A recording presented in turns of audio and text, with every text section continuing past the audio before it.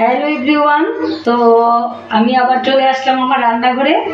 তো আমি বলি, প্রত্যেক সময় বলি যে আমার আগের ভিডিওতেও বলা আছে যে সকালবেলা ভাত মানে চা টিফিন করার পর আবার একটা টিফিন বানাতে হয় আমার। তো আজকের যে টিফিনটা বানাচ্ছি সেটা হলো পাস্তা। তো পাস্তা তো মানে কি বলবো, পাস্তার নিজস্ব কোনো স্বাদ নেই, এটাকে টেস্টি করে বানিয়ে নিতে হয়। তো আমার পাস্তা বানানোর জন্য আজকে গাজর আলু কেটে নিয়েছি এখানে, আর এখানে পেঁয়াজ কাঁচা লঙ্কা, আর এখানে দেবো ডিম। দুটো ডিম দিয়েই পাস্তাটা বানাবো। পাস্তা সত্যি কোনো টেস্ট নেই, নিজস্ব কোনো টেস্ট নেই, এটা আমরা মানে অন্য কিছু দিয়ে পাস্তাটাকে টেস্টি বানাতে হয়। তো আমার পাস্তা বানানো শুরু করছি। পাস্তা সেদ্ধ হয়ে গেছে, এখন পাস্তাটা নামিয়ে নেব।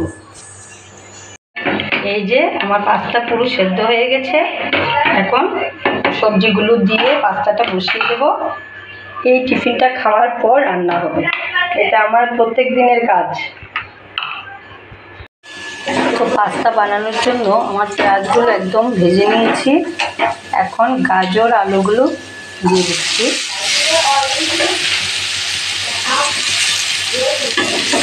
গাজর আলু ভাজা হয়ে গেলে তখন ডিমটা দিয়ে দেবো। তো এমন করে যদি সবজি দিয়ে যে কোনো কিছু বানিয়ে দিই তাহলেই বাচ্চাদের একটু সবজি খাওয়া হয়, না হয় সবজি একদম খেতে চায় না, এটাই আমার সমস্যা। গাজর খাওয়া কিন্তু খুবই ভালো, কিন্তু ওই তো পাস্তার সাথে দিয়েই সবজি খাইয়ে দিচ্ছি। সবাই এভাবেই বাচ্চাদেরকে বাড়িতে খাওয়াবেন, দেখবেন খুব ভালো করেই খায়। এই ডিমগুলো ফাটিয়ে দিয়ে দিয়েছি, সবগুলো ভাজা হয়ে গেছে। এখন পাস্তাগুলো দিয়ে একটু নেড়ে চেড়ে চাট মশলা একটু দিয়ে দেবো, তো টেস্টি হয়ে যাবে।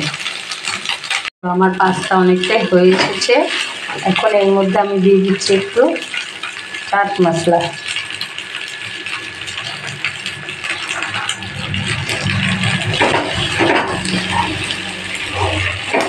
চাট মশলাটা দিলে স্মেলটা খুব সুন্দর আসে।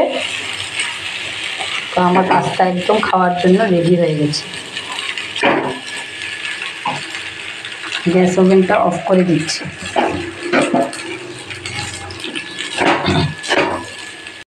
আমার পাস্তা বানানো মোটামুটি কমপ্লিট, এখন খেতে দিয়ে দেব। মনে হচ্ছে ভালোই হবে। তো এইভাবে বানিয়ে দেখবেন, সবাই ভালোভাবেই খাবে দেখবেন।